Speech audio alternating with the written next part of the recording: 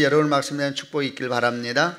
너희가 물 가운데 지날 때 내가 너희와 함께 하겠다. 너희가 강을 건널 때에 물이 너희를 덮치지 못할 것이며 불 사이로 지날 때에도 타지 않을 것이고 불꽃이 너희를 해치지 못할 것이다. 아멘. 너희가 내게는 소중함으로 다른 사람들의 목숨과 너희를 바꾸어 그들로 너희 대신 죽게 하겠다. 내가 너희를 사랑함으로 너희가 또한 영화롭게 될 것이다. 내가 너희와 함께 있으니 두려워하지 말라. 내가 동쪽에서 너희 자녀를 데려오겠고 서쪽에서 너희를 모으겠다. 아멘입니다. 오늘 저희가 함께 나눌 말씀의 주제는 두려워 말라라는 제목을 가지고 말씀을 나누려고 합니다. 이 땅을 살면서 두려움이라는 것을 떨칠 수 있는 사람은 아무도 없을 겁니다. 우리는 날마다 두렵고 또 우리 삶 가운데 과연 어떤 일이 생기게 될지 열심히 기도하면서도 염려가 되고 두려운 것이 우리 마음입니다. 예수님을 믿는다 하더라도 그 두려움이 떠나가는 것은 아닙니다. 계속해 싸워야 되는 우리 삶의 현실이기 때문에 그렇습니다. 그런데 하나님께서 우리에게 두려워하지 말라고 하십니다. 그럴 수가 있는 것일까? 우리가 두려움을 떨쳐버릴 수가 있을까? 우리가 두려움을 떨쳐버릴 수가 있다 그러면은, 아니면 두려움과 싸워 이길 수 있다 그러면은 그 이유는 무엇일까? 오늘 말씀을 보면서 우리가 두려움을 떨쳐 이길 수 있는 이유, 두려움과 싸워서 우리가 승리할 수 있는 이유 한 3가지 정도를 찾아보면서 묵상을 해보려고 합니다. 먼저 1절 말씀은 이렇게 시작됩니다. 이제 여호와께서 이렇게 말씀하셨다. 야곱 백성아, 내가 너희를 창조하였다. 이스라엘 백성아, 내가 너희를 만들었다. 내가 너희를 구원하였으니 두려워하지 말라. 내가 너희 이름을 불렀으니 너희는 내 것이다. 아멘. 너희는 내 것이다 라는 말씀을 성경에서 하나님께서 하십니다. 너희는 내 것이다. 이런 말씀을 들으면 어떤 생각이 듭니까?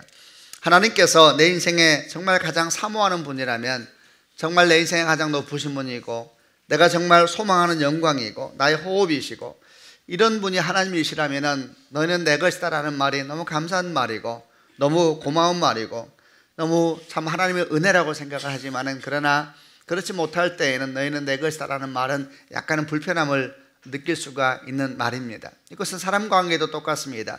누군가를 사랑하고 또 누군가를 존경하게 되면 당신은 나와 함께 있으면 좋겠어, 당신은 정말 나와 함께 평생 갈 거야, 이런 말을 하면 행복한 것이지만은 그 사람에 대해서 그렇게 생각하지 않으면은, 그 사람에 대해서 그렇게 신뢰하지 않으면은 그 말이 얼마나 부담이 되겠습니까? 하나님께서 우리에게 주시는 말씀들이 우리 가운데 기쁨이 되고 감사한 것은 사실은 그 말에 있기보다는 그분과의 관계 속에 있는 것입니다. 오늘 우리 하나님께서 너는 내 것이다 라고 말씀하시면서 이것이 어떤 의미가 있는가에 대해서 몇 가지 표현을 더해 주십니다. 야곱 백성아, 내가 너를 창조하였다. 이스라엘 백성아, 내가 너를 만들었다. 내가 너희를 구원했으니 두려워하지 말라. 내가 너희 이름을 불렀으니 너희는 내 것이다. 내가 너희를 창조했다. 내가 너희를 만들었다. 내가 너희를 구원했다. 내가 너희를 이름을 불렀다. 이렇게 하나하나 설명을 하고 있습니다. 그분은 우리의 창조주이십니다. 그분은 우리의 이름을 부르시는 분이십니다. 성경에서 이름이라는 것은 본질을 설명할 때 쓰는 표현입니다. 그래서 이름이라는 것은 그의 인생이 담겨 있고 그의 신앙이 담겨 있고 그의 삶의 걸음이 담겨 있다 이해하면 됩니다. 하나님은 우리를 만드셨다. 우리를 창조하셨을 뿐만 아니라 우리 삶을 아신다는 이야기입니다. 여러분, 우리가 이 세상 가운데 많은 두려움이 있고 염려가 있지만은 우리가 두려워하지 말아야 될 이유, 또 그 두려움 현실을 뚫고 지나갈 수 있는 하나님의 약속은 뭐냐면, 첫 번째, 하나님께서 우리를 아신다라는 사실입니다. 여러분, 하나님은 우리를 아십니다. 아멘 하시기를 바랍니다.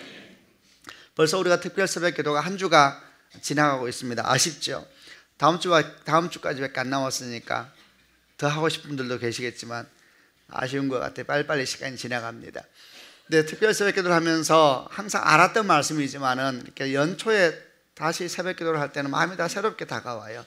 새롭게 말씀이 들리고 새롭게 내 마음이 반응하는 역사가 생기는데 저도 마찬가지입니다. 며칠 동안 계속 설교를 준비하면서 또 설교를 하면서 특별히 제 마음에 다가왔던 몇 가지 말씀이 있었습니다. 그 중에 하나가 둘째 날 나누었던 이사야 41장 14절 말씀인데, 그 내용 가운데 이런 부분이 있었습니다.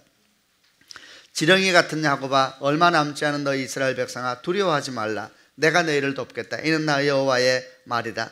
나 이스라엘의 거룩한 하나님이 너희를 구원하겠다. 오늘 말씀과 아주 비슷하죠.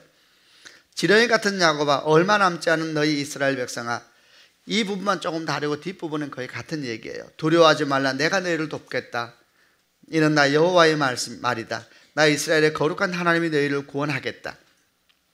그런데 이 말씀 가운데서 특별히 제 마음 가운데 이번에는 유난히 다가왔던 말씀이 표현입니다. 지렁이 같은 야곱아, 이 말씀이 그렇게 마음 가운데 많은 생각을 하게 했습니다. 개역 개정은 지렁이 같은 야고바 이렇게 표현되어 있지 않고 버러지 같은 야고바 이렇게 되어 있어요. 굉장히 사실은 당황스러운 호칭이죠. 아니 우리를 어떻게 보시길래 사람을 이렇게 부를 수가 있나? 지렁이 같은 야고바, 버러지 같은 야고바. 식충이라는 말이 있죠. 밥만 먹고 뭐 하는 일 없는 별 쓸모없는 사람을 식충이라 그럽니다. 충자가 벌레 충자를 쓰겠죠. 송충이가 소나무 솔잎만 먹고 사는 벌레를 송충이라 그러니까 비슷한 느낌이 아닌가 생각이 들었습니다. 지렁이 같은 야고바. 그런데 우리가 하나님을 신뢰하고 하나님 마음을 알면서 이 호칭을 생각해 보면은 우리가 좀 마음이 언짢아지고 어떻게 사람을 이렇게 부를 수 있나 라는 생각이 아니라 말할 수 없는 은혜와 감사함이 느껴지는 생각이 들었습니다. 그것은 하나님께서 정말 나를 아시는구나, 내가 그런 백성이라는 것입니다. 자기 비하가 아니라 사실 이 지렁이 같은, 지렁이라는 이런 정말 너무나 작지요. 의미하는 것이 뭐겠습니까? 너무나 연약하고 너무나 무력하고 땅에만 속해서 그저 땅속으로만 들어가려고 하고 자기 인생이 땅속에, 인생의 행복이 땅속에 있는지 알고 거기서 먹이를 찾고 거기에서 그냥 모든 인생의 꿈과 미래와 현실과 모든 것을 만들어 가려고 하는 그런 존재가 지렁이지 않습니까? 아무런 힘도 없고 밟으면 그냥 밟혀질 수밖에 없는 무능한 존재, 그런 존재가 지렁이인데 참으로 사람이 그러하다 생각이 들었습니다. 사람들은 사람이 위대하다고 말합니다. 위대하지요. 얼마나 놀랍습니까? 지혜가 놀랍고 과학이 발달해가는 걸 보면은 어떻게 이렇게 놀랍게 변해갈 수가 있을까 할 만큼 대단합니다. 과학만 대단합니까? 용기, 도전, 모험심, 그 신비로운 호기심, 이런 하나하나가 얼마나 사람이 대단합니까? 그런 면에 있어서는 대단한 것처럼 보이지만 그러나 가만히 생각해 보면 우리는 결정적인 면에 있어서는 너무나 연약합니다. 우리는 정말 결정적인 부분에 있어서는 아무것도 할 수 있는 것이 없습니다. 우리가 대단한 과학을 이야기하는 것 같고 대단한 지식을 축적해 가고 있는 것 같지만은 우리가 뭐가 아는 것이 있습니까? 우리가 무엇을 볼 수 있는 것이 있습니까? 우리 교회가 요즘에 아주 중요하게 또 마음을 많이 모아서 어쩌면 힘들기도 하고 기도하는 제목 중에 하나가 선율이입니다. 우리 선율이가 아주 어린아이인데 지금도 계속 중환자실에 들어가 있는데 어제가 저희가 병상 세례를 주고 왔는데 점점 더 쉽지가 않습니다. 계속해서 외부의 순환계, 호흡기의 도움을 받아서 심장의 역할을 대신하고 있는데 이게 사실 할 수 있는 것이 없어요. 우리가 할 수 있는 것은 아무것도 없습니다. 기도밖에 없습니다. 의사도 할 수 있는 것이 아무것도 없어요. 손들이가 자기의 장기가 혼자 숨을 쉬어야 돼요. 그래서 외부의 도움을 받지 않아야 이게 계속 받으면 안에 있는 장기가 다 상함으로 말미암아 살 수가 없는데 이 장기가 뛰라는다고 뛰는 것이 아니고 하나님의 은혜밖에 없는 거예요. 여러분, 결정적인 순간에는 우리는 아무것도 못하는 것입니다.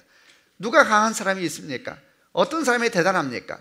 뭘 많이 가졌다 한들, 어디까지 높아갔다 한들 결정적인 부분에 있어서는 전적으로 무능한 것이 사람이지 않습니까? 그런데 하나님께서 그런 우리를 아시면서 우리에게 지렁이 같은 너 야고바 이렇게 부르는 것입니다. 다시 말하지만 비웃음도 아니고 그리고 비난하는 것도 아닙니다. 나는 너를 알고 있다는 이야기죠. 네 연약함을 알고 있고 네 부족함을 알고 있고 네가 하늘을 보려고 하지만 여전히 본능적으로 땅을 보면서 알고 있고 네가 하늘을 꿈꾸면서도 사람들이 말에 대해서 얼마나 민감하고 힘들어하는지, 얼마나 두려워하는지, 얼마나 사실 연약한지, 얼마나 외로워하는지, 얼마나 힘들어하는지를 알고 있다는 표현처럼 들렸기 때문에 얼마나 큰 위로가 되는지 모릅니다. 우리도 경험하고 있는 것처럼 진정으로 우리를 아시는 분이 있다면, 진정으로 나를 아는 사람이 있다면 그것만 해도 얼마나 큰 위로가 됩니까? 이 땅에 살면서도 그러합니다. 누군가 내 마음을 알아주고 내 옆에 와 있기만 하더라도 얼마나 큰 위로가 됩니까? 그런데 나를 아시는 분이 무능력한 다른 사람이 아니라 전능하신 하나님이시라면, 나를 창조하신 하나님이시라면, 나에게 생명을 주시고 죽음도 주시고 내 모든 삶을 새롭게 하시는 능력이 있는 분이시라면, 그리고 그분이 나의 연약함을 안다면 얼마나 큰 위로가 되겠습니까? 여러분, 축복하고 전해드립니다. 하나님께서 여러분을 아십니다. 여러분이 땅에 속해 있음을 압니다. 여러분이 홀로 있을 때에, 여러분은 두려워할 때에, 사람들 앞에서 당당할 때의 모습이 아니라 홀로 뒤에 앉아 있을 때 여러분 모습을 아시는 분이 하나님이십니다. 그러므로 그분 앞에 나와서는 감출 것이 없는 것입니다. 그분 앞에 나와서는 더할 것도 없는 것입니다. 그분 앞에 나와서는 화려하게 기도할 것도 없고 대단하게 자랑할 것도 없고 정직하고 신실하게 온전한 마음으로 나아가게 되면 하나님께서 우리의 삶에 얼마나 놀라운 역사를 이루어 주시겠습니까? 하나님께서는 지렁이 같은 너 야곱아, 버러지 같은 너 야곱아, 이렇게 끝나지 아니하고 내가 너를 구원하겠다, 내가 너를 만들었다, 내가 너를 함께 할 것이다, 이렇게 말씀하고 있는 것입니다. 우리 무능함을 넘어서 일하시는 하나님, 우리 부족함을 넘어서 일하시는 하나님, 그분을 찬양합니다. 여러분, 우리를 알기 때문에 우리가 그분을 의뢰할 수가 있는 것입니다. 우리를 모르는 분이라면 어떻게 우리를 구원하겠습니까? 우리의 마음도 모르고, 우리의 슬픔도 모르고, 죽음도 모르고, 절망도 모르고, 아픔도 모르고, 외로움도 모르는 분이라면 어떻게 우리 외로움을 구원하겠습니까? 어떻게 우리를 죽음 속에서 구원하겠습니까? 우리를 어떻게 절망 속에서 구원하겠습니까? 그러나 그분은 절망을 아시고 모든 외로움을 아시기 때문에 그 가운데서 우리를 충분히 구원할 능력이 있으신 분이십니다. 하나님께서 이렇게 당신이 우리를 안다는 소식을 성경 곳곳에 기록해 놓고 있는데, 그 중에서 특별히 시편 139편을 보게 되면 전편에 걸쳐서 우리를 얼마나 잘 아시는지, 우리에게 얼마나 가까이 계시는지, 우리에게 얼마나 친밀한 분이신가에 대한 설명이 나와 있는데, 짧게 읽어보면서 한번 그분이 얼마나 우리를 잘 아시는가에 대해서 조금 더 얘기를 해보려고 합니다. 시편 139편 1절과 2절 말씀을 같이 읽어보겠습니다. 시작. 여호와여, 주께서 지금까지 나를 살피셨으니 알고 계십니다. 주는 내가 언제 앉고 언제 일어서는지를 알고 계십니다. 주는 멀리서도 나의 생각을 아십니다. 내가 앉고 언제 일어서는지를 알고 계십니다. 이게 무슨 말일까요? 우리 모든 삶을 주께서 알고 계신다는 것입니다. 더 나아가서 그것만이 아닙니다. 멀리서도 나의 생각을 아십니다. 여러분은 여러분의 생각을 아십니까? 여러분은 여러분 마음에 있는 생각의 내면을 아십니까? 저는 저를 모릅니다. 정말 가요의 가사가 맞는 것 같아요. 내 마음 나도 몰라요. 내 안에 뭐가 들어있는지 여러분 아세요? 우리는 모르는 겁니다. 우리가 안다 그러지 뭘 압니까? 우리 안에 뭐가 있는지. 내 마음이 날마다 변해가고 내 생각이 날마다 변하는데 어떻게 내 생각을 믿을 수가 있습니까? 어떻게 내 마음을 믿을 수가 있습니까? 근데 하나님께서 말씀하십니다. 나는 너의 생각을 알고 있다. 성경은 말하기를 사람의 안에 있는 영은 성령만이 안다 그랬습니다. 우리 안에 있는 깊은 영은 하나님만이 안다는 것이죠. 하나님께서 우리 생각을 아십니다. 여러분 생각을 주님께서 아십니다. 여러분, 그래서 기도할 때에 화려하게 말하지 않아도 괜찮습니다. 너무 힘들 때는 말을 하지 않아도 괜찮습니다. 꺽꺽만 외쳐도 주님은 무슨 말인지 아십니다. 그냥 뭘 기도할지도 모르면서 울고 있는 비참한 나를 보면서 아파할 때 주님께서는 그 눈물도 아시고 그 호흡도 아시는 분이시고 그 숨소리도 아시는 분이십니다. 또 3절부터 6절 말씀을 읽어보겠습니다. 제가 3절 읽겠습니다. 주는 내가 나가고 눕는 것을 아십니다. 주는 나의 모든 길에 대해서 잘 알고 계십니다. 4절. 내가 무슨 말을 하려는지 여호와여, 주는 그것을 잘 알고 계십니다. 주는 앞뒤로 나를 둘러싸고 계십니다. 주는 주의 손으로 나를 붙잡고 계십니다. 이것을 안다는 것은 내게 너무도 엄청난 일입니다. 그런 지식은 내가 알기는 너무도 깊고 오묘합니다. 주는 내가 나가고 눕는 것을 아십니다. 주는 나의 모든 길에 대해서 잘 알고 계십니다. 주는 나의 모든 길에 대해서, 내가 걸어갈 길에 대해서, 내가 나아갈 길에 대해서, 내가 진정으로 포기하지 말아야 될 인생의 방향에 대해서 아십니다. 여러분, 우리는 모릅니다. 우리가 정말 무엇을 진짜 소망하고 있는지, 내가 정말 나아가야 될 길이 어디인가에 대해서 어떻게 알겠습니까? 사실 우리는 길을 모르면서 걸어가고 있는 것 뿐입니다. 매일매일 주어진 삶을 매일매일 걸어가고 있는 뿐인데 하나님께서 말씀합니다. 나는 너의 모든 길에 대해서 잘 알고 있다. 주님 말씀 그대로 있죠. 나는 길이요 진리요 생명이다. 주님께서 길이 되십니다. 할렐루야. 주님은 우리가 걸어갈 길을 아시는 분이시기 때문에 우리를 그 길로 인도하시는 것입니다. 7절부터 12절 말씀도 계속 읽겠습니다. 제가 7절 읽겠습니다. 내가 주의 영을 떠나 어디로 갈 수 있겠습니까? 내가 주가 계신 곳을 떠나 어디로 도망갈 수 있겠습니까?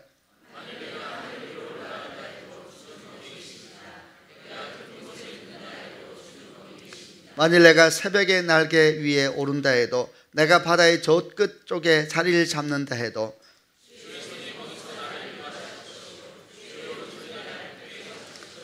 만일 내가 어둠이 확실하게 나를 숨겨줄 것이라고 말한다 해도, 빛이 내 주위에서는 밤이 된다라고 말한다 해도,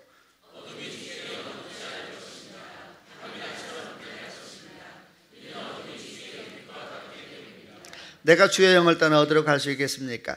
내가 하늘 위에 올라가도 거기 계시고 깊은 곳에 누워도 거기 계십니다. 9절 말씀에 내가 새벽의 날개 위에 오른다 해도, 내가 바다의 저 끝 쪽에 자리를 잡는다 해도 주의 손이 거기서 나를 인도하실 것이고 주의 오른손이 나를 굳게 잡으실 것입니다.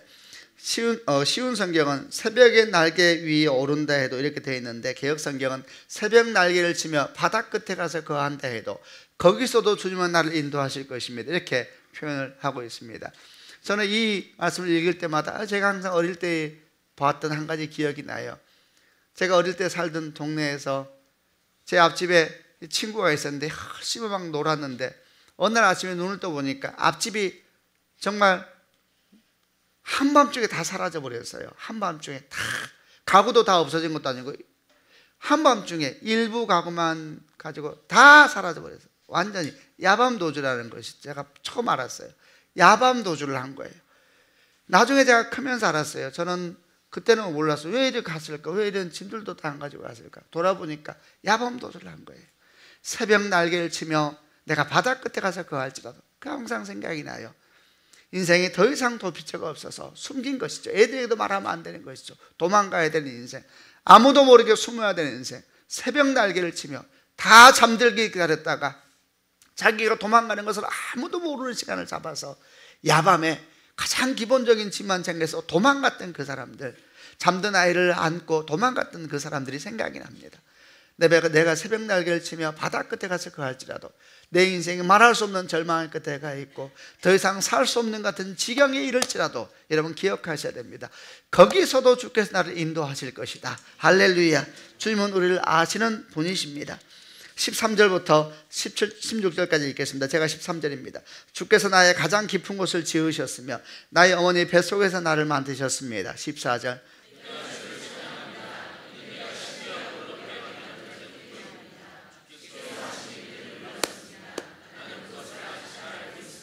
내 몸은 주께로부터 피하여 숨을 수 없습니다. 이는 내가 은밀한 곳에서 만들어질 때에 그러했습니다. 내가 땅의 깊은 곳에서 만들어졌을 때에.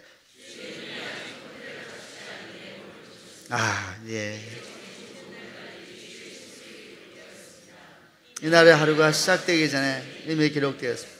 주의 눈이 아직 형태를 갖추지 않은 내 몸을 보셨습니다. 내가 은밀한 곳에서 지음을 받을 때에, 땅의 깊은 곳에서 만들어질 때에. 이게 무슨 의미일까요? 우리가 다 모르지만은 그 중에 하나는 어미 태중에 있을 때 모습을 상상해 볼 수 있죠. 사실은 그게 또 우리 생명의 시작은 아닙니다. 그 이전부터 그 은밀한 곳에서, 표현을 이렇게밖에 할 수가 없어요. 내가 은밀한 곳에서 지음을 받을 때에, 땅의 깊은 곳에서 만들어졌을 때에 주의 눈이 아직 형태를 갖추지 않은 나를 보셨습니다. 어미 태중에 있을 때 누가 우리를 볼 수가 있습니까? 초음파로 본다는 그게 뭡니까? 하나님께서 형태도 갖추지 않은 나를 보시고 이미 그때 내 인생을 아셨습니다. 할렐루야. 우리를 아시는 주님, 우리 모든 것을 아시는 주님에 대해서 표현하고 있는 것입니다. 17절과 18절 말씀은 같이 읽겠습니다. 오 하나님, 주의 생각들이 내게 얼마나 소중한지요, 그것들이 얼마나 크고 많은지요. 만일 내가 그것들을 셀 수 있다면 아마 모래 아래의 숫자보다 더 많을 것입니다. 내가 잠에서 깰 때도 나는 여전히 주와 함께 있습니다. 내가 잠에서 깰 때도 나는 여전히 주와 함께 있습니다. 나는 잠에서 깰 때도, 이 말씀이 저에게 이렇게 다가왔습니다. 성경에서 잠을 이야기할 때는 이렇게 자는 것을 얘기하기도 하지만은 정말 정신없는 인생을 얘기하기도 하고 또 한편으로는 죽음을 말하기도 합니다. 내가 잠에서 깰 때에도 천국에서도 나는 주와 함께 있을 것입니다.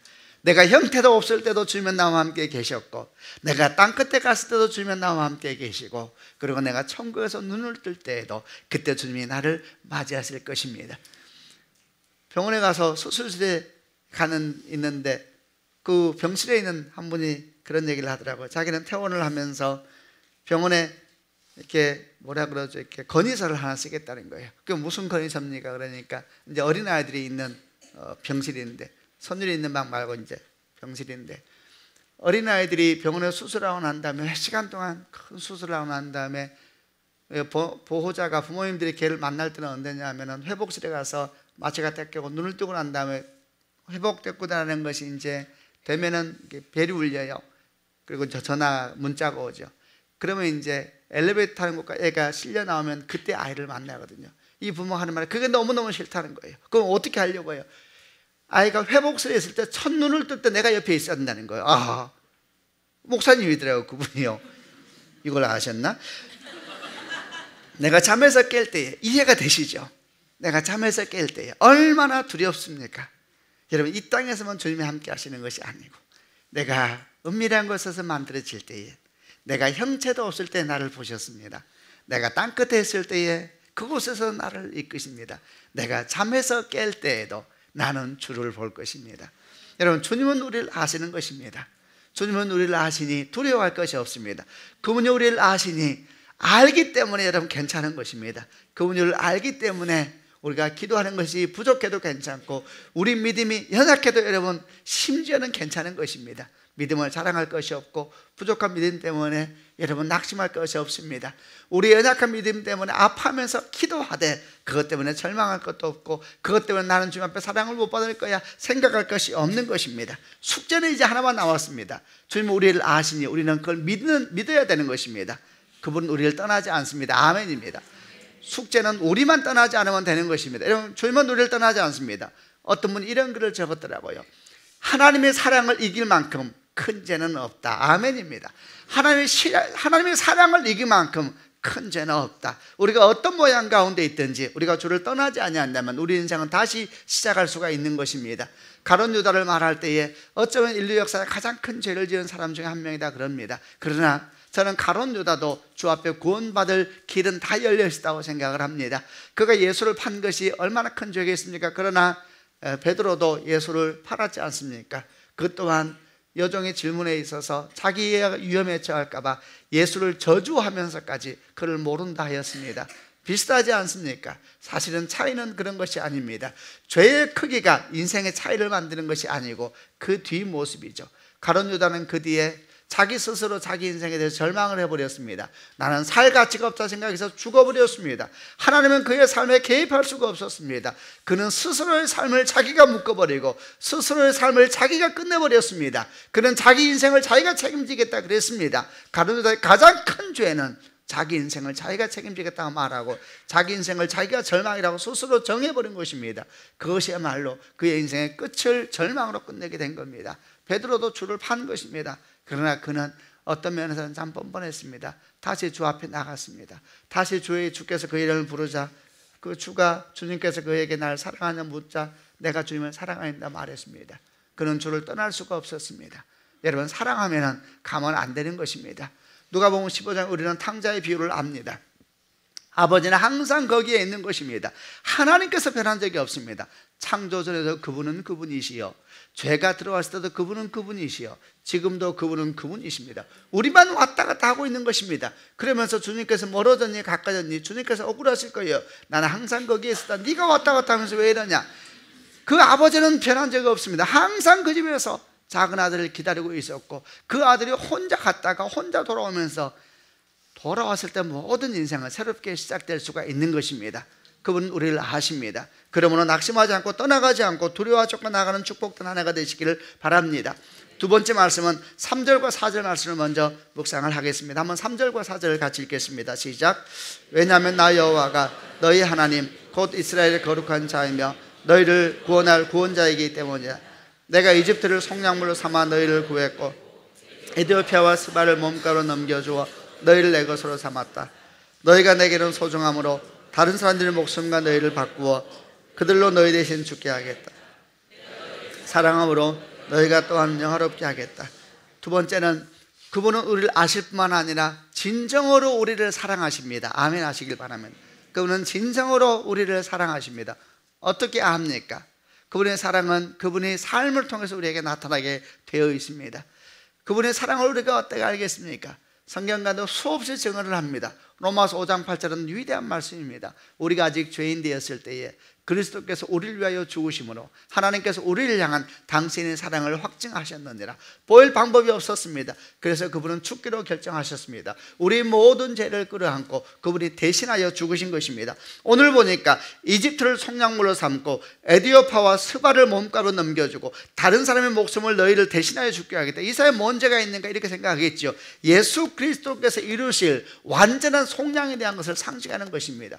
이 모든 것을 주님께서 마침내 십자가에서 대신 죽으심으로 우리를 속량하시고 우리를 구원하신 것입니다. 우리가 아직 죄인 되었을 때에 우리가 주님에 대해서 하나도 알지 못할 때 주님은 우리를 위해서 죽기를 결정하셨습니다. 저는 간혹 십자가에서 우리를 위해 죽으신 예수님을 생각할 때마다 사람들의 비웃음 소리가 들려오는 것 같습니다. 내가 언제 죽으라 그랬나? 사람들이 이렇게 말합니다. 왜 자기가 죽어놓고 자꾸 저렇게 나 죽었다 그러나?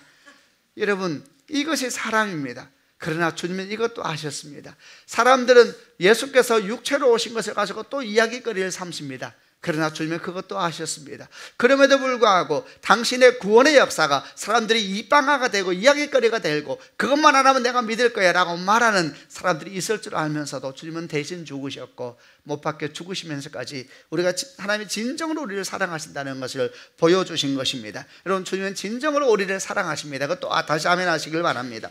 또 성경 몇 가지 말씀을 찾아서 그분이 얼마나 우리를 향한 사랑을 나타내고 싶어 하시는지, 설명하고 싶어 하시는지 몇 가지 성경 말씀을 제가 여러분에게 한번 읽어드리겠습니다. 이사야 49장 14절 16절에 시온은 말하기를 여호와께서 나를 버리셨다, 주께서 나를 잊으셨다라고 말한다. 여호와께서 대답하신다. 여자가 자기의 젖먹는 아이를 잊겠느냐?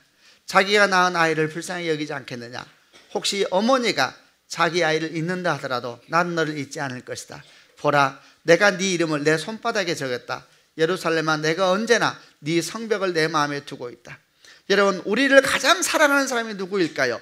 여러분을 가장 사랑하는 사람이 누구라고 생각합니까? 아마 많은 사람들이 어머니를 생각할 겁니다. 참으로 어머니는 특별한 존재인 것 같아요. 저도 아버지인데 아버지는 그냥 아버지죠. 어머니는 조금 다른 것 같아요. 정말 어머니는 특별한 어머니에게 주신 하나님의 마음이 있지 않는가 생각을 해봅니다. 그런데 하나님께서 그 어머니를 비유로 쓰세요. 보라, 어머니가 여자가 자기의 젖먹는 아이를 잊겠느냐? 여자가 자기가 태에서 낳은 아이를 불쌍히 여기지 않겠느냐? 그런 사람이 어디 있느냐? 자기 젖먹는 아이를 불쌍히 여기고 잊어버린 사람이 어디 있겠느냐?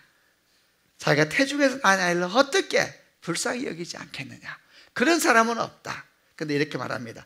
혹시라도 그런 어머니가 있다면은, 그런 어머니가 있을지도 모른다면은 나는 너에게 말한다. 그 어미는 지 애를 잃을지라도 나는 너를 안 잊는다. 하나님 표현하고 싶은 마음을 아시겠죠? 네가 생각하는 제일 사랑하는 사람이 누구냐? 너를 진짜 아낀다고 생각하는 사람이 도대체 누구냐? 널 위해서 죽어줄 수 있다고 생각하면 도대체 누구냐? 네 어미냐? 그렇다면 내가 너에게 말한다. 그 어미가 그럴 리가 없겠지만 너를 잊는다 해도 나는 너를 잊지 않는다. 난 너를 잊지 않는다. 나는 너를 내 손바닥에 적었다. 이 쉬운 성경은 적었다 그랬는데 개역 성경은 새겼다 그래요. 나는 너를 내 손바닥에 새겼다. 얼마나 적나라한 표현입니까? 나는 너를 내 손바닥에 새겼다. 저는 그래서 이런 생각을 해요. 천국 가면 핸드폰이 있을까 없을까 생각을 하면서 핸드폰에 첫 그림이 딱 열자마자 내 사진이 있을 거야 생각을 합니다. 여러분은 여러분 사진이 있겠지요. 핸드폰이 많겠지요. 하나님은 나는 네 이름을 내 손바닥에 새겼다. 하나님께서 우리에게 말씀하고 싶은 것이 있으십니다. 또 누가복음 11장 11절 13절에 여기 이제 아버지 얘기 나옵니다. 너희 가운데 어떤 아버지가 아들이 생선을 달라는데 생선을 주지 않고 뱀을 주겠느냐? 또 계란을 달라는데 전갈을 주겠느냐? 너희가 악하면서도 좋은 것을 자녀에게 주려고 하는데 하물며 왜 하늘에 계신 너희 아버지가 너희에게 좋은 것을 줄 것이라고 생각하지 않느냐? 너희가 악하면서도 자녀에게 좋은 것을 줄지 알면서, 여기에는 아버지가 표현이 나오죠. 왜 어머니는 안 했을까? 여기서 아버지라는 것은 성을 뛰어넘는 거예요. 물론 어머니도 마찬가지이죠. 계시적인 언어입니다. 당신을 비유하신 것이지요. 그 아버지의 속성을 생각하면서, 어머니의 모습을 생각하면서 당신을 비유하면서 쓰고 있는 언어입니다. 보라, 네가 악하지 않느냐? 그러면서 자식에게 좋은 것을 주고 싶은 마음이 가득하지 않느냐? 어떤 애가 아버지가 주기 싫어서 몸부림을 치느냐? 주고 싶은데 참는 것이 힘들지 않느냐? 주고 싶은데 못 주어서 힘들지 않느냐? 그게 너지 않느냐? 네가 악하면서도 네 자식에 대해서 그렇게 하면서 왜 내가 내 자식에게 좋은 것을 줄 것이라고 생각하지 않느냐? 너무 기막히지 않아요? 저는 기막혀요. 저 혼자 막힐게요. 왜 내가 너에게 좋은 것을 주겠다고 생각하지 않느냐? 왜 내가 네 인생을 도울 것을 생각하지 않느냐? 너를 봐라. 너도 네 자식에게, 네가 너를 알지 않느냐? 너같이 악한 사람도 네 자식을 생각하면서, 보면서 보고 싶어 하면서, 눈앞에 두고도 보고 싶어 하면서 왜 내가 너를 그렇게 생각하지 않는다고 너는 생각하느냐? 왜 내가 너를 죽도록 사랑한다고 생각하지 않느냐? 로마서 8장 35절 이하에 누가 우리를 그리스도의 사랑에서 끊을 수 있습니까? 환난입니까? 어려움입니까? 핍박입니까? 굶주림입니까? 헐벗음입니까? 위험입니까? 칼입니까? 그 무엇도 그리스도의 사랑에서 끊을 수 없다는 이야기입니다. 더 말해볼까요? 천사들입니까? 죽음입니까? 생명입니까? 천사들입니까? 하늘의 권세자들입니까? 현재일, 장래일 어떤 일이나 높은 것이나 가장 깊은 것이나 그 밖에 어떤 피조물이라도 우리를 우리 주 그리스도 예수 안에 있는 하나님의 사랑에서 끊을 수 없습니다. 또다시 답은 하나입니다. 우리가 끊지 않으면 됩니다. 우리가 떠나지 않으면 되는 것입니다. 아유, 목사님, 죄 지으면 끊는다면서요. 성경을 좀 자세히 보시지 않고 죄를 지으면 끊는다 그러잖아요. 여러분, 아닙니다. 주님은 끊지 않으십니다. 우리가 도망가는 것입니다. 죄는 안으로부터 우리를 삼켜옵니다. 우리는 경험하고 있습니다. 죄가 안에서부터 일하면 우리가 기도를 안 합니다. 죄가 안에서부터 일하면 우리가 스스로 안 믿습니다. 죄가 안에서부터 일하면 주님 그러면서 속에서 다른 소리가 들립니다. 너 뭐하니? 죄가 안에서부터 나를 삼키는 것입니다. 주님이 우리를 버리는 것이 아니고 우리가 도망갑니다. 그래도 힘을 내야 됩니다. 주의 사랑보다 더 큰 죄는 없습니다. 다시 주 앞에 나와서 주 앞에 무릎을 꿇고 주여 다시 시작하고 싶습니다. 또 왔니? 네, 다시 시작하고 싶습니다. 여러분, 성경을 보면 베드로가 주님께 이런 질문해요. 형제가 죄를 지으면 7번까지 용서하면 됩니까?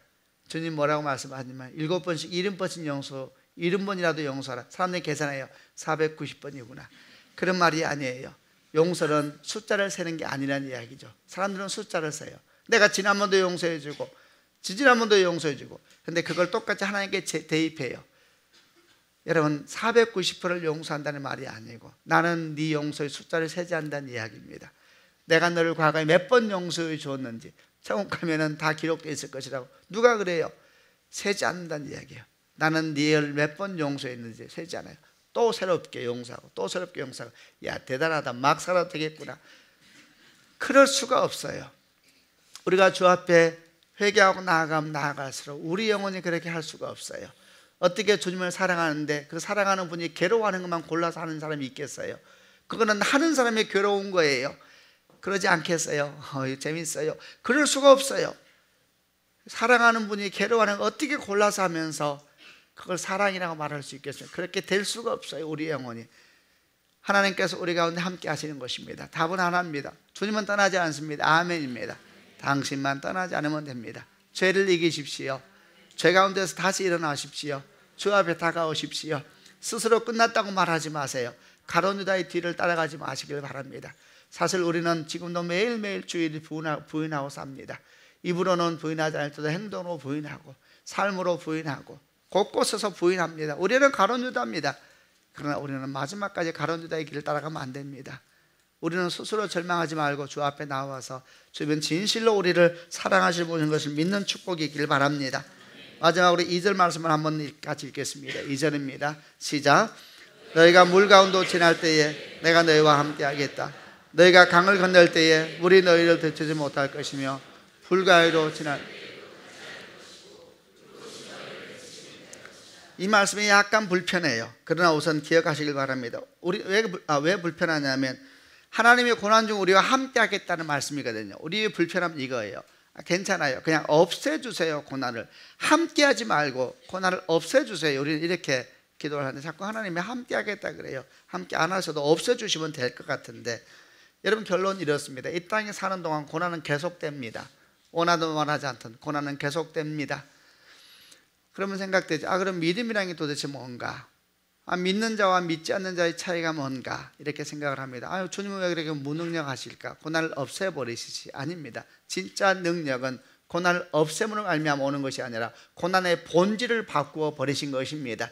여러분, 고난의 문제는 뭡니까? 고난의 문제는 고난의 절망으로 우리를 인도하기 때문에 문제인 것입니다. 언젠가 제가 이런 얘기를 여러분에게 드린 적이 있습니다. 천국 가면 배고플까요? 안 고플까요? 이렇게 얘기했죠. 기억나세요?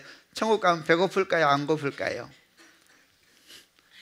안 먹고 살겠죠. 저는 먹고 싶은데요. 먹는 기쁨이 크던데 천국 가면 배고플까 안 고플까? 저는 고프고 싶어요. 배고픈 것이 슬픔이 아니죠. 먹을 것이 없는 것이 슬픔이죠. 먹을 것 많은 사람은 배고픈 것이 얼마나 행복한지 아세요? 배부르는 것처럼 화나는 것이 없어요. 여행할 때 배불러 보세요. 여행이 끝나는 것입니다. 그러나 적당히 배가 고플 때, 호주머니에 돈이 있고 먹을 것이 많을 때에 생각만 해도 좋네요. 배고픈 것이 힘든 게 아닙니다. 여러분, 먹을 것이 없어서 힘든 것입니다. 고난이 힘든 것이 아닙니다. 고난이 우리를 절망으로 인도하기 때문에 힘든 것입니다. 위기가 힘든 것이 아닙니다. 어떤 사람은 위기를 찾아갑니다. 왜? 위기를 이길 힘이 있으면 찾아가는 것입니다. 위기가 자기를 어떻게 할 수가 없으면 재밌는 것입니다. 여러분, 고난을 우리에게 없어주신 것이 아니라 고난의 본질을 바꿔버리셨습니다. 어떻게 하셨습니까? 그것이 성육신입니다. 그분은 우리 고난 속으로 들어오셨습니다. 외로움 속으로 들어오시고, 거절감 속으로 들어오시고, 절망 속으로 들어오시고, 눈물 속으로 들어오셨습니다. 마침내 어디까지 들어오셨습니까? 죽음까지 들어오셨습니다. 그리고 끝입니까? 아닙니다. 그분은 죽음으로 끝나는 것이 아니라 그 죽음의 자리까지 들어오셔서 거기를 바꾸어 버리셨습니다. 죽음의 문을 열어버리셨습니다. 할렐루야. 절망의 문이 열린 것입니다. 눈물의 문이 열려버렸습니다. 여러분, 우리 주님께서 부활하셨을 때의 모습을 잊으면 안 됩니다. 제자들과 마리아와 사람들이 갔을 때 무덤 문이 열려 있었습니다. 왜 열었을까요?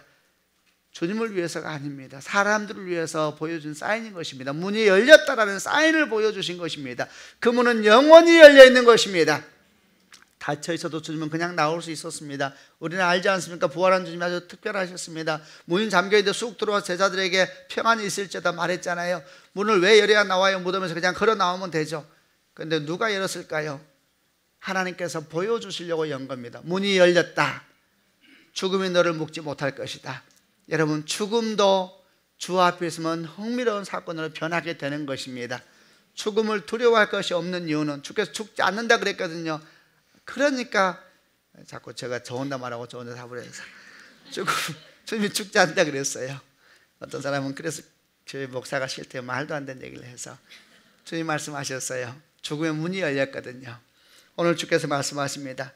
물 가운데 지날 때 너와 함께 있겠다. 강을 건널 때 물이 너를 덮치지 못할 것이고, 불 가운데 지날 때 타지 않을 것이고, 불꽃이 너를 해치지 못할 것이다. 더 나아가서 붙입니다. 그 물이 너를 달려가게 할 것이고, 그 불이 너를 열정적으로 인생을 살아가게 할 것이다. 아멘입니다. 축복합니다. 여러분, 주님은 우리를 아십니다. 아멘입니다. 진정으로 우리를 사랑하십니다. 아멘입니다. 주와 함께 있으면 고난의 중심과 본질이 바뀌어 버렸습니다. 무덤 문이 열렸습니다. 여러분, 무덤 문이 열린 것입니다. 죽음은 우리에게 없습니다. 절망도 우리에게 없습니다. 잠시 슬플지라도 큰 기쁨이 올 것이고, 잠시 외로울지라도 큰 기쁨이 올 것입니다. 마더 테레사가 이런 말을 했습니다. 이 땅에 있는 슬픔이 아무리 깊어도, 이 땅에 있는 그 어떤 절망과 설명할 수 없는 고문과 잔혹함이 있다 할지라도 천국에서 맛보는 영광을 비하면 잠시 지나가는 바람결에 불과할 것입니다. 그렇게 이야기를 했습니다. 얼마나 멋진 말입니까? 여러분, 축복합니다. 금년 한 해가 용기 있는 한 해가 되시길 바랍니다. 아멘. 첫 번째, 하나님이 여러분을 아십니다. 아멘. 두 번째, 그분이 진정으로 여러분을 사랑하십니다. 세 번째, 여러분, 무덤 문이 열렸습니다. 고난의 본질이 바뀌어 버렸습니다. 그분이 여러분의 하나님이시요, 여러분을 목숨보다 사랑하시는 여러분의 주님이십니다. 아멘입니다. 우리 주님께 한번 감사의 박수를 드리겠습니다. 자리에서 일어나시길 바랍니다. 시간이 좀 많이 갔지만 그래도 한번 손깍지 한번 끼시고요. 한번 쭉 받으시죠. 위로 한번 쭉 올려. 예, 좌우로도 한번 몸 펴시고요. 허리에 손 올리시고요. 예, 뒤로도 한번 쭉 잡히시고. 원래 새벽에는 좌우에 얼굴 보는 게 예의가 아니고 앞만 보시면서 이렇게, 예, 어깨도 한번 돌리시고요. 일어나서 급하게 오시느라고 몸도 못 푸고 오셨죠. 한 끼면 목도 한번 돌릴까요? 예, 같이 한번 기도하십시다. 기도할 때만 가슴에 손을 얹어 보시길 바랍니다. 사랑하는 여러분, 하나님이 여러분을 아십니다. 큰 위로를 받으시길 바랍니다. 여러분 생각을 하시고 여러분 길을 아십니다. 바다 끝에 가서 거할지라도 내가 잠에서 깰 때에도 그때도 주님이 나와 함께 계실 것입니다. 할렐루야. 아멘. 그분은 여러분을 진정으로 사랑하십니다. 어떤 어미가 자기 젖 먹는 아이를 있겠느냐? 그런 사람은 없지 않느냐? 그런데 만약 그런 일이 생기더라도 내가 너에게 말한다. 그 어미는 너를 잊을지라도 나는 너를 잊지 않을 것이다. 너희가 악하면서도 자식에게 좋은 것을 줄 줄 알면서 왜 내가 너에게 좋은 것을 줄 것이라 생각하지 않느냐? 너희가 악하면서도 주지 못해서 그렇게 안달해하면서 왜 내가 내 자녀에게, 왜 내가 너에게 좋은 것을 줄 것이라 생각하지 않느냐? 이 믿음이 없는 자들아, 불 가운데 지날 때 불이 너를 사르지 못할 것이다. 물 가운데 지날 때 물이 너를 휩쓸지 못할 것이다. 그 물이 너를 오히려 달려가게 할 것이고 그 불이 너를 뜨겁게 할 것이고 네 열정을 살아나게 할 것이다. 이 모든 말씀을 믿음으로 받아들이시기를 바랍니다. 그리고 같이 한번 기도할 때에 하나님 아버지, 내가 이 아침에 주 앞에 고백하며 기도합니다. 하나님, 내가 새해를 시작하면서 모든 내 안에 두려움을 떨쳐버리기를 원합니다. 내가 이 시간 나사렛 예수 이름으로 말하니 모든 염려의 영들은 떠나갈지어다. 모든 두려움의 영들도 떠나갈지어다. 결코 외로움을 선택하지 아니하고 어둠을 선택하지 아니하고 절망을 선택하지 아니하고 나를 지극히 사랑하시는 주를 선택하며 나아가는 한 해가 되기를 선포합니다. 주의 그런 한 해의 능력이 나에게 임하게 하여 주옵소서. 우리 같이 한번 동성으로 하나님께 기도하겠습니다.